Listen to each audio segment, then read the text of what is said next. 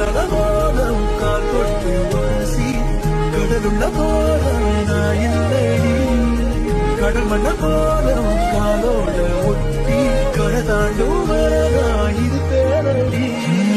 நடுவினோ திருவினில் விதவையில் வெளிச்சத்தில் மழை வரும் என உண்மை தரும் என